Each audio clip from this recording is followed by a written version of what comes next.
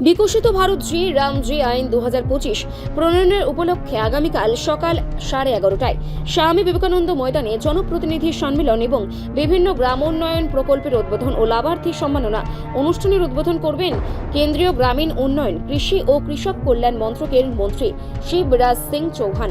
অনুষ্ঠানে প্রধান অতিথি হিসেবে উপস্থিত থাকবেন মুখ্যমন্ত্রী ডক্টর মানিক সাহা। আজ স্বামী বিবেকানন্দ ময়দানে আয়োজিত এক সাংবাদিক সম্মেলনে পঞ্চায়েত মন্ত্রী কিশোর বর্মন এই সংবাদ জানান। তিনি আরও জানান, অনুষ্ঠানে কেন্দ্রীয় গ্রামীণ উন্নয়ন, কৃষি ও কৃষক কল্যাণ মন্ত্রকের মন্ত্রী শিবরাজ সিং চৌহান, ভার্চুয়ালি গ্রামোন্নয়ন দপ্তর ও ত্রিপুরা গ্রামীণ আজীবিকা মিশনের 54,679 কোটি টাকা ব্যয়ে 179টি প্রজেক্টের শিলান্যাস এবং উদ্বোধন করবেন।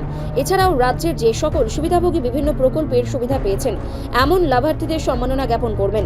অনুষ্ঠানে বিশেষ অতিথি হিসেবে লোকসভার সাংসদগণ, রাজ্যসভার সাংসদ, এছাড়াও রাজ্য মন্ত্রিসভার সদস্যগণ, বিধায়কগণ সহ ত্রিস্তরীয় পঞ্চায়েতের জনপ্রতিনিধিগণ উপস্থিত থাকবেন।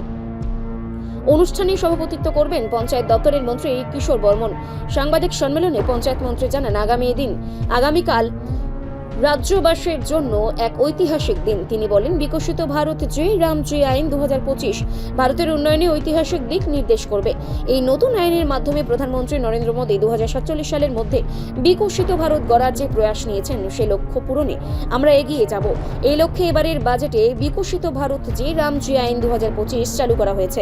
কেন্দ্রীয় অর্থমন্ত্রী নির্মলা সীতারামন এই আইনের মাধ্যমে দেশের 25 কোটি মানুষকে দরিদ্র সীমারেখার নিচ থেকে উপরে তোলার জন্য বাজেটে সংস্থান রেখেছে। তিনি বলেন, বিকশিত গ্রাম গড়ে তোলার জন্য দেশে বিকশিত ভারত জি রামজি আইন 2025 চালু করা হয়েছে। এই আইনে 125 দিনের গ্রামীণ কাজের সংস্থান রাখা হয়েছে। তিনি বলেন, রাজ্যের ইতিহাসে এই প্রথমবারের মতো এই ধরনের অনুষ্ঠান হতে যাচ্ছে। রিপোর্ট সংবাদ প্রতীক্ষা।